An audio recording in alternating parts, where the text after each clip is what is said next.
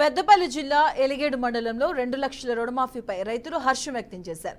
Peddapalli MLA Vijaya Rao రైతులతో కలిసి ముఖ్యమంత్రి రేవంత్ రెడ్డికి కృతజ్ఞతలు తెలిపారు. కొంతమంది రైతులకు సాంకేతిక కారణాల వల్ల రుణమాఫీ కాకపోతే తొందరలోనే రుణమాఫీ చేస్తామని ఎమ్మెల్యే హామీ ఇచ్చారు.